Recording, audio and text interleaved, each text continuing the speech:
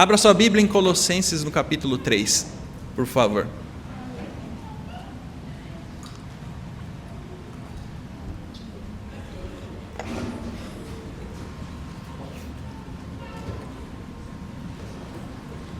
Carta de Paulo aos Colossenses, no capítulo 3, a partir do verso 17. A tradução que eu estou usando é NVT, e assim diz a palavra. E tudo o que fizerem ou disserem, façam em nome do Senhor Jesus, dando graças a Deus, o Pai, por meio dele. Esposas, sujeite-se cada uma a seu marido, como é próprio a quem está no Senhor. Marido, ame cada um a sua esposa e nunca a trate com aspereza. Filhos, obedeçam sempre a seus pais, pois isso agrada ao Senhor. E pais, não irritem seus filhos, para que eles não desanimem. Amém, gente? Amém. Eu confesso que quando eu fui começar a escrever esse esboço, me preparar para essa palavra, a minha intenção era até falar de toda essa sessão aqui até o final. Mas eu percebi que eu não posso pular muito, porque aqui Paulo dá umas instruções muito pertinentes para nós como cristãos, ainda mais nessa parte da carta. Nós estamos falando de uma parte que traz não só o conteúdo como conhecimento, mas ele também traz como que o conteúdo transforma a nossa vida, como que o conteúdo de Colossenses até aqui transformou a nossa vida. Então ele traz assim, eu já expliquei para vocês o que é, agora, a partir de agora é assim. E essa parte ela traz essas instruções, né? E é importante a gente dizer que esse trecho ele não começa um novo assunto, ele não começa um novo ponto da carta de Paulo. Ele está continuando com aqueles problemas, e Paulo está lidando com os problemas dessa igreja de Colossos. Na semana passada a gente viu aquelas 5 palavras que elas direcionam nós que somos escolhidos, nós que somos santos, nós que fomos amados pelo Senhor, que somos amados por Ele. E a gente viu como que a nossa identidade ela toca a nossa realidade e transforma a forma como a gente vive. Como que aquilo que Deus transformou em nós vai mudar aquilo que nós expressamos aqui fora. E como isso é importante para nós. A gente precisa entender aqui que não são direcionamentos para que a gente alcance um lugar. Aqui são responsabilidades de quem já alcançou esse lugar. É disso que Paulo está falando aqui para eles. Ele não está falando assim, façam isso para receber isso. Ele está dizendo, vocês receberam isso, por isso ajam dessa forma. Isso é importante, porque senão a gente vai ter uma relação com as Escrituras, uma relação de barganha, de troca, uma relação onde eu tenho que fazer algo para que o Senhor me abençoe. Não é essa relação que Paulo está estabelecendo aqui com a igreja de Colossos, e não é conosco também. A gente precisa entender esse fluxo. Então o novo nascimento ele gera uma nova identidade, a nova identidade gera uma nova forma da gente agir, da gente viver, e uma nova forma da gente viver gera em nós uma nova forma de nos relacionarmos uns com os outros. Aqui a gente tem 3 duplas aqui que Paulo vai lidar. Ele começa falando sobre maridos e esposas, ou melhor, esposas e maridos. Depois ele vai falar sobre filhos e pais. E a terceira ele vai falar sobre escravos e senhores. Mas eu preferi fazer assim, porque essas 2 primeiras elas vão lidar com o ambiente de casa. Elas vão lidar com o ambiente mais próximo. E a gente precisa lembrar que quando eu estou falando com alguém, eu chamo de irmão. Então, se Paulo está tratando com família aqui, a gente precisa tratar com família aqui. E é por isso que a gente começa falando disso, e na semana que vem nós vamos tratar então de escravos e senhores, e você vai entender o porquê que Paulo trata disso e como que a Bíblia ela não é a favor de escravidão, não é a favor disso, e você vai entender o que Paulo está querendo dizer. Amém? Hoje, quando a gente fala de relacionamentos de uma forma geral, o que a gente mais ouve em tempos de internet é uma frase, uma expressão que pegou um pouco de destaque, que é relacionamentos tóxicos. Quem nunca ouviu falar de um líder abusivo, né? E eu não estou aqui para advogar para o lado de ninguém, Porque pessoas se magoaram com a igreja, e quem nunca teve um problema, alguém já teve em alguma hora. Mas eu estou aqui para falar do que a Bíblia nos diz sobre relacionamentos uns com os outros. O tema da mensagem de hoje é relacionamentos bíblicos. Vamos entender qual que é o papel de cada membro na família nessas relações interpessoais aqui, e como que isso vai afetar a nossa vida em comunidade como igreja também. Amém? Primeiro ponto que a gente vai ver é justamente esposa, sujeite-se a seu marido, cada uma a seu marido. É justamente esse ponto, e é importante essa palavra sujeite-se, fala sobre ser submisso, ser ou tornar-se inclinado ou desejoso a submeter-se a pedido de outros. Definição meio ampla, mas eu quero uma coisa que você preste atenção. Aqui ele está dizendo, olha, eu até coloquei aqui um termo, nota a voz desse verbo, sujeite-se. Ele não está falando assim, seja sujeitada. O que eu estou querendo dizer? O que eu estou querendo dizer é que isso não é uma ordem do marido para a esposa. Isso tem que vir de dentro dela.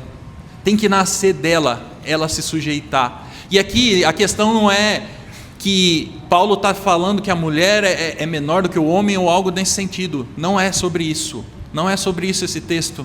Tá? Ele está descrevendo aqui que não é uma imposição do marido que a mulher se sujeite a ele, mas que tem que ser algo que nasce de dentro dela. O Hernandes Dias Lopes ele fala assim, que a submissão não é uma questão de inferioridade, visto que todos os cristãos precisam submeter-se uns aos outros, assim como está em Efésios 5:21. A submissão ela não é uma questão de valor pessoal, mas ela é mais de função na estrutura familiar. É uma questão de função. Não é uma questão de que um é melhor do que o outro, mas cada um tem o seu papel. É interessante que essa citação do reverendo, ele fala sobre Efésios 5:21. E lá em Efésios 5:21 ele tem meio que uma ponte, né, que não tem em Colossenses. Colossenses ele é mais direto. E só um parênteses, quando você lê em Efésios, a relação é a mesma relação que Paulo faz aqui. Esposas, maridos, pais, filhos, servos, senhores. Efésios 5:21 vai tratar isso. Efésios 5 ali no finalzinho, ele vai começar a tratar isso num contexto onde a pessoa cheia do Espírito Santo, ela precisa se sujeitar uns aos outros. Só que aqui em Colossenses, ele está trazendo a visão de que Cristo é o cabeça, ele é a autoridade sobre a igreja. Então isso toca a forma como a gente se relaciona. Então a gente não vai buscar algo, mas a gente já recebeu. Por isso que a gente se submete, por isso que as esposas se submetem. E é importante eu falar isso, porque Colossenses, apesar dele não ter uma ponte aqui, o resto da Bíblia ela vai nos ensinar que isso aqui é real, que isso se complementa. E aqui em Colossenses ele é mais objetivo e mais direto. Outra coisa que vai nos chamar a atenção é justamente que Paulo ele não começa falando do marido, ele começa falando da esposa. Ele vai sempre trazer o lado mais fraco primeiro, entre aspas, vamos dizer assim. Mais fraco não, deixa eu usar uma expressão menor. Mais frágil primeiro.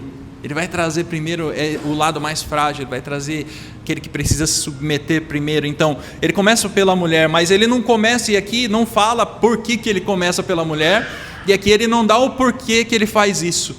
Isso é coisa que nós tentamos discernir. Mas uma coisa é fato, a organização ela nos chama a atenção, apesar da gente não saber da intenção do apóstolo Paulo nesse momento. E é o mesmo movimento que ele faz em Efésios. Por que isso é importante? Porque lá no direito romano tem um termo que chama pater familias, que é o pai da família. O que é esse pai da família? O pai da família ele é praticamente o dono de tudo ali. Ele era tão forte esse conceito que ele não era só um relacionamento emocional, mas ele era dono de fato. Então ele era dono da esposa, do filho, do empregado, do servo, do livre, de quase toda a propriedade. Ele era dono, aquilo era dele, era a propriedade dele. Ele era considerado, e eu encontrei isso, a autoridade máxima na casa dele. Então quando Paulo traz assim, esposas, sujeitem-se a seus maridos, não é porque elas não se sujeitavam, mas é porque Paulo está dando uma voz para essas mulheres. Paulo está mostrando e falando, peraí, o relacionamento no reino de Deus é diferente. O relacionamento não é assim, dessa forma, porque o marido, ele é autoridade na sua casa, assim, segundo as leis de Roma, mas segundo as leis do reino de Deus, a autoridade máxima na nossa casa é Cristo. Ele é o cabeça, ele que é o cabeça, ele que está acima de todas as coisas. Então, Paulo está trazendo esse conceito de autoridade no reino de Deus. A gente precisa entender isso aqui, que está todo mundo sentado na mesma mesa e cada um tem sua responsabilidade e forma de agir. Não é um melhor do que o outro, mas todos sentados na mesma mesa. Imagina essa figura, tem uma grande mesa do Senhor e todos nós nos sentamos. E Paulo está só dizendo, ó, você tem que fazer isso, você tem que agir assim, porque agora você está numa mesa com uma pessoa que é digna de honra, de glória, de poder. Você está na mesa junto com um rei. E a pergunta que eu te faço é, na mesa junto com um rei, você vai se sentar da mesma forma que você se sentaria numa mesa qualquer? É isso que o Paulo está trazendo para nós aqui, implícito nesse texto, sabe? Não é para a gente alcançar um lugar, mas porque a gente se sentou numa mesa de família. E agora a gente precisa que isso transforme a nossa realidade, porque de fato mudou, e como eu tenho dito, semanas após semana, mudou aqui dentro e vai tocar fora. E é por isso que Paulo começa a trazer o valor da esposa nesse contexto. Isso sou eu que estou falando, eu acredito que Paulo está fazendo isso para inverter a lógica da cultura. Eu acredito nisso, não é a Bíblia que está dizendo, mas de fato a mulher é dita primeiro e eu acredito que é por conta disso. Amém? Então, esposas, sujeitem-se a seu marido. E a segunda relação que ele traz é: marido, ame a sua esposa e nunca a trate com aspereza. Aqui temos duas direções para o marido. A primeira dela é ame. Ame fala de receber com alegria, acolher, amar ternamente. Marido, ame sua esposa. E aí a segunda coisa que ele fala é: nunca trate com aspereza. A aspereza fala de ser amargurado, ser ou tornar-se marcado por forte ressentimento. O Strong, ele escreve assim, que é tornar amargo, produzir um gosto amargo no estômago. Marido, não faça isso com a sua esposa. É isso que Paulo está falando. O Hernandes, ele vai dizer também aqui que se a mulher deve se submeter ao marido como a igreja é submissa a Cristo, o marido deve amar a esposa como Cristo amou a igreja. Dessa ponte que eu estava falando no primeiro ponto, ok? Como Cristo amou a igreja. O padrão desse amor é o ágape, e ele está claro lá em Efésios 5:25, como Cristo amou a igreja e se entregou por ela. Apesar de Colossenses não ter essa conexão, a gente entende que isso também faz parte da nossa realidade aqui. Então, marido, ame e não trate com aspereza. É interessante dois princípios claros que o Hernandes vai dar no comentário bíblico dele aqui. Ele vai dizer, primeiro, que o amor do marido à esposa é um claro mandamento de Deus, não é uma sugestão. Ame a esposa, ame sua esposa, ame de uma forma que ela consiga enxergar o amor de Deus a partir de você. Será que esse é o nível de amor que a gente dá? A gente está numa sociedade tão assim, invertida, que hoje você vê uns homens assim, que você fala assim, cara, a questão aqui não é a forma como eles agem, mas a forma como eles pensam, sabe? De tipo, às vezes tem vídeos na internet que você vê de histórias, aí você vai ver os homens, parece que eles buscam mais para eles do que para as esposas. E eu fico olhando, eu falo assim, gente, como que ele está amando a esposa dele desse jeito? Como que você pode amar? Eu sei que é difícil a gente alcançar o nível do amor de Deus por nós. Eu digo que para nós é impossível chegar nesse nível de amor. Mas eu acredito que cada dia a gente pode melhorar um pouquinho. Cada dia a gente pode crescer. Glória a Deus. Aleluia. Cada dia a gente pode crescer um pouquinho mais, expressar uma nova forma de amar nossas esposas. E é disso que ele está tratando. E a gente tem no entanto que na Bíblia a gente tem um capítulo inteiro que fala só sobre a forma de amar. 1 Coríntios capítulo 13, você vai ver lá o tipo do amor ágape, o amor do tipo de Deus, o amor que nós precisamos expressar. E aí você lê, quando você chegar na sua casa, anota aí 1 Coríntios 13, e aí você vai ver o que é o nível do amor que a gente está falando. É desse nível de amor que Paulo está tratando aqui. É o padrão do amor do marido à esposa. E ele é um mandamento, ele não é uma sugestão. Então, marido, ame sua esposa. Fala que você ama sua esposa aí. Fala, gente, pode falar.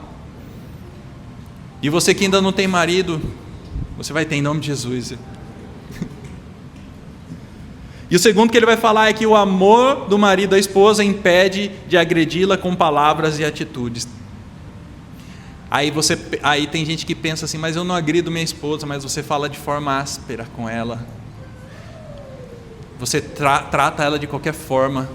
Essa semana, mas ontem especificamente, eu fiquei tão chocado com o que eu vi num casamento. Eu não quero citar muito sobre isso, que eu não quero dar ibope para esse tipo de coisa. Mas eu fiquei chocado que eu falei, nunca foi tão fácil escolher o lado certo para nós. Porque está tão claro para a gente ver, que eu falei, meu Deus, cara, não é possível, velho. É possível. A gente não pode tratar nossa esposa com aspereza, a gente não pode tornar amargo, sabe?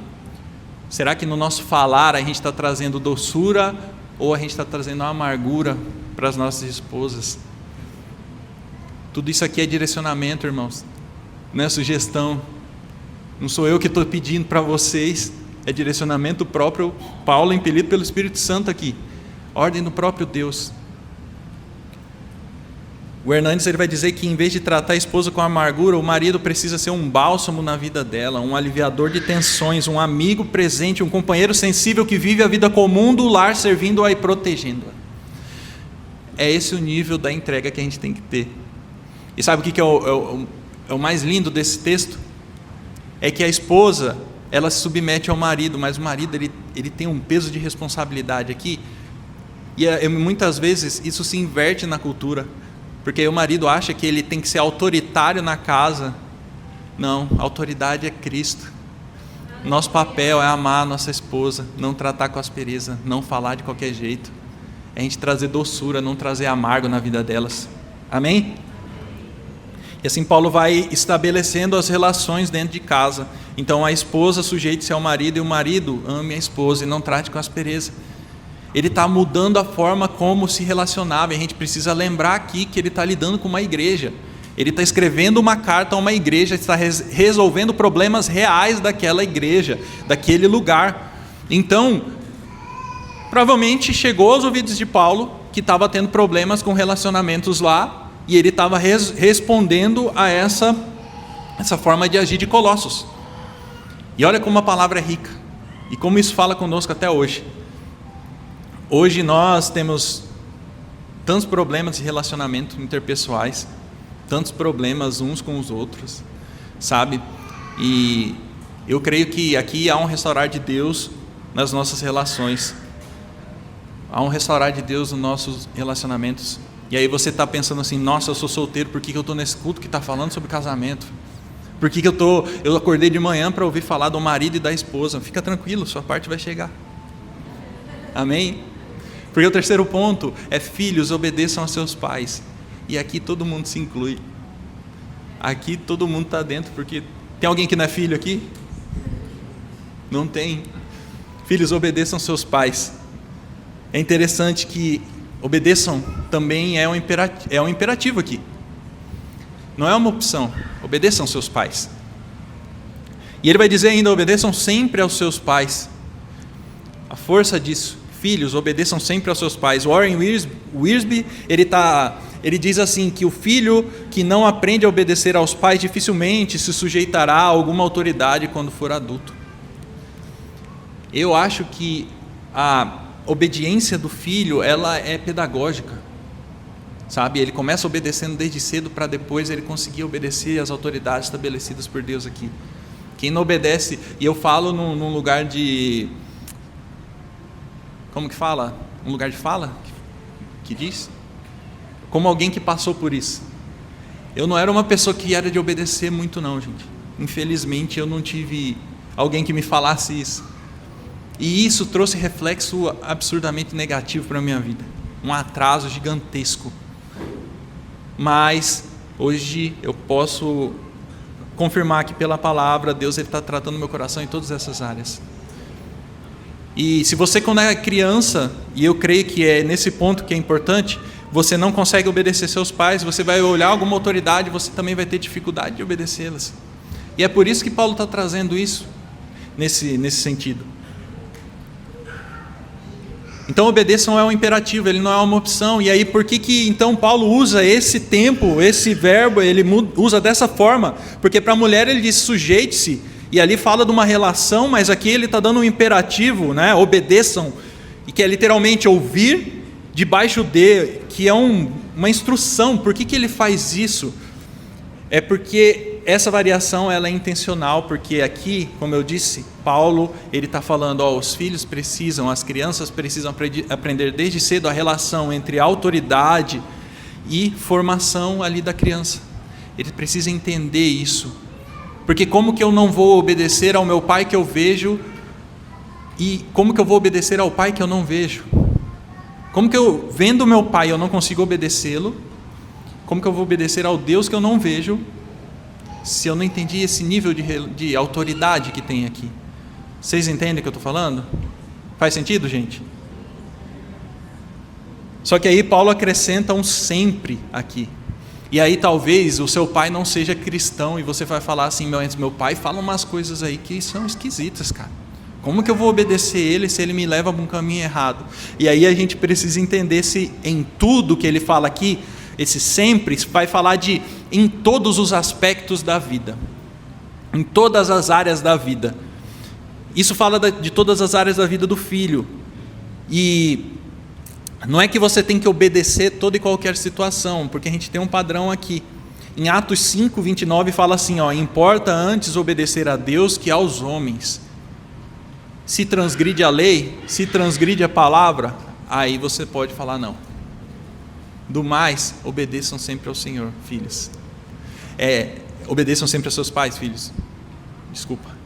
Então, isso quer dizer que quando a autoridade humana ela contraria essa vontade de Deus, então a obediência tem que ser devida a Deus, porque Ele, e a gente precisa se lembrar disso sempre, Ele é a autoridade máxima na nossa casa.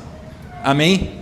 Colossenses, ele não vai tratar desse limite diretamente aqui, mas é importante, eu achei importante a gente trazer esse limite para a gente não sair daqui com uma distorção do que está sendo dito aqui. Não é que você sempre tem que obedecer, mas em todos os aspectos da vida obedeçam, e se isso transgride a lei, aí você está autorizado a não obedecer.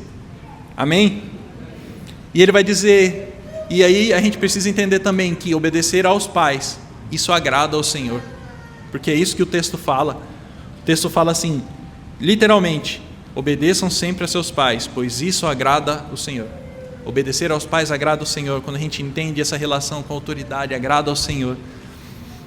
E o Hernandes ele vai dizer que o filho ele não deve obedecer apenas quando tem vontade ou quando concorda com a decisão dos pais. Ele deve obedecer por princípios, sabendo que Deus honrará a sua decisão de obedecer. E eu acho que aqui é o ponto que mais pesa, porque você já imaginou você obedecer mesmo quando você não concorda? Hoje essa relação é o que a gente traz para a nossa vida quando a gente fica adulto. Muitas vezes a gente não vai concordar com quem está a autoridade na nossa frente, a gente fala, isso está errado. Aí você tem que se perguntar, isso fere a palavra? Não, não fere. Então, nós que já aprendemos o que significa autoridade, a gente obedece. A gente obedece não por causa da pessoa, mas por causa do temor ao Senhor que nós temos. Amém? Então, filhos, obedeçam sempre a seus pais. E aí a quarta relação, porque aqui eu quero que a gente entenda, é sempre uma via de mão dupla. Você vai perceber que é sempre assim, esposa ao marido, marido à esposa. Não tem um lado só, e eu acho lindo isso, porque 2 pesos, 2 medidas é uma coisa que eu não consigo digerir na minha vida. 2 pesos, 2 medidas, algo unilateral. Eu acho que tudo é uma via de mão dupla. Tudo é uma via de mão dupla, e aqui é o que Paulo está estabelecendo, as relações são vias de mão dupla, tanto daqui para lá como de lá para cá. E é isso que ele está trazendo aqui. Então ele fala: filhos, obedeçam sempre a seus pais, mas ele vai dizer: pais, não irritem seus filhos. E aqui eu tive que pesquisar para eu entender, porque eu falei: cara, não faz muito sentido, não sei para vocês, mas para mim, a primeira leitura que eu fiz, eu falei: não faz muito sentido, não irritem seus filhos.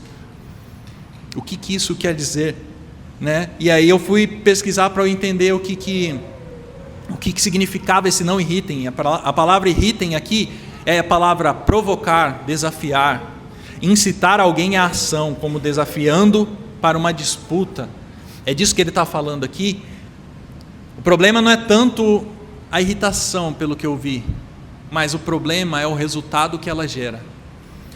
Sabe, tem um autor que chama Ralph Martin, que ele fala que essa palavra grega, irritar, ela sugere desejo de irritar os filhos, ou por implicância, ou, ainda mais sério, por zombar dos seus esforços e ferir o seu respeito próprio. É disso que ele está falando, não é tanto o irritar por irritar, mas a consequência que isso vai trazer, mas zombar do esforço. E aí o Hernandes ele ainda traz uma associação, que filhos irritados são filhos desanimados, e filhos desanimados eles ficam expostos aos ataques de Satanás. Como que um filho ele vai ter alegria no Senhor se ele tem um pai que te desanima o tempo inteiro? Como que o filho ele vai ter alegria, como que ele vai se animar, como que ele vai ser alguém se o pai ele vive botando ele para baixo? E aqui, quando eu estava pesquisando isso, eu me lembrei de uma coisa que aconteceu comigo, e eu acho que vai acrescentar muito para a gente entender o que ele está querendo dizer. Quando eu era criança, pasmem, existia uma época que não tínhamos computadores em todas as casas, que não tínhamos internet. E eu passei por essa fase. Eu acho que a geração mais maluca que passou no tempo sem internet, com internet e agora com celular. É uma loucura. A gente viu He-Man quando era desenho, a gente viu como filme agora. É loucura. Mas quando eu era criança, a gente não tinha computador em casa, e quando a gente comprou o computador, e aquela alegria, né? Todo mundo tentando entender. Eu era criança. E aí você está lá, você não sabe mexer muita coisa. Eu fui e eu abri o Word e eu comecei, eu não sei porquê, eu comecei a escrever do meu jeito. Uma criança foi escrever. Comecei a criar uma história na minha cabeça. Escrevi uma história toda fictícia. Fiquei feliz, aí consegui mandar imprimir. Quem já fez o Word sabe, eu botei um cavalinho no canto assim, lembro até hoje. Fiquei felizão que eu consegui colocar um cavalinho no desenho e tal, e fiz uma história, uma folha. Coloquei diálogo, tinha travessão, tinha tudo. Eu falei: meu Deus, eu estava muito feliz. Só que eu era uma criança que não sabia escrever direito. E aí eu imprimi e levei todo feliz para os meus familiares verem. Quando eles pegaram, eles começaram a rir da minha cara, de uma criança que nunca tinha escrito nada e escreveu uma folha. Cara, aquilo eu me senti humilhado por tanto tempo. Não sei nem se eles sabem disso, mas aquela cena deles pegando e eles rindo da minha cara, e um passando para o outro e rindo, aquilo acabou comigo. Aquilo de certa forma mudou como que eu ia lidar com isso. E eu sempre tive problemas com escrita em português. Passei minha infância inteira, eu passava arrastado na escola, em português, nessas matérias que eram mais de humanas, mais de escrever. E eu não estou falando que a relação é por conta disso, mas eu estou falando que isso atrapalhou muito a minha vida. E na hora que eu estava lendo isso, eu falei assim: isso é irritar os seus filhos. Isso. Você humilhar eles. Para a glória de Deus, eu escrevi um livro, e hoje eu estou escrevendo o meu segundo livro, porque Deus me curou disso. E eu trouxe essa ilustração para a gente entender que muitas das vezes nossas palavras elas fazem isso e a gente não percebe. E eu quero expandir isso aqui, porque muitas vezes não fica só na relação de pais e filhos diretamente, mas de irmão com irmão, porque muitas das vezes a gente está conversando com a pessoa e a gente está rindo de algo que machuca ela, e a pessoa abre o coração para você e você ri da cara dela como se isso fosse legal, mas não é. Porque a pessoa se sente humilhada, ela nunca vai te falar. Deixa eu te contar uma coisa, ela sempre vai rir, vai falar que está tudo bem. Porque a nossa cultura é assim. A nossa cultura, ela não foi preparada para a gente estar aberto o suficiente para dizer, eu não estou bem. Porque toda vez que você fala que você não está bem para alguém, essa pessoa vai chegar e vai falar assim, e vai começar a jogar na sua cara como se você não tivesse fé. E ela não vai dizer isso, porque isso é feio falar. Mas ela vai trazer um peso para você, que você vai falar assim, meu Deus, eu achava que eu era crente, mas eu não sou não. Porque eu tô mal. Mas gente, deixa eu lembrar, nós estamos num mundo mau e caído. Coisas ruins acontecem. Né? Às vezes não é Satanás não, porque o mundo é caído mesmo. O mundo é caído e a gente precisa saber lidar com isso. Então, o que a gente tem que entender aqui, que eu quero trazer para a gente, cara, toma cuidado com suas palavras. Toma cuidado da forma que você fala. Muitas vezes a gente fala assim, mas eu sou assim mesmo, irmão. Não faz isso. Porque só alguém que foi humilhado por palavras sabe o que é isso, o peso que elas têm. Eu, quando eu era criança, eu passei por isso. E até hoje eu lembro de detalhes daquele dia. Sábado de manhã, eu lembro o que eu escrevi. Eu lembro os detalhes que eu coloquei. Porque isso foi um trauma que me manteve parado. E eu tinha pavor de falar em público. Eu tinha pavor de mostrar as coisas que eu fiz. Por quê? Porque eu fui humilhado quando eu era criança. Então cuidado na forma como você trata. Não só o seu filho na sua casa, mas também o seu irmão quando você encontra. Mas também todas as pessoas que você encontrar, cuidado com as palavras. E eu fazer uma observação muito especial para os homens aqui que são mais brutos. Cuidado,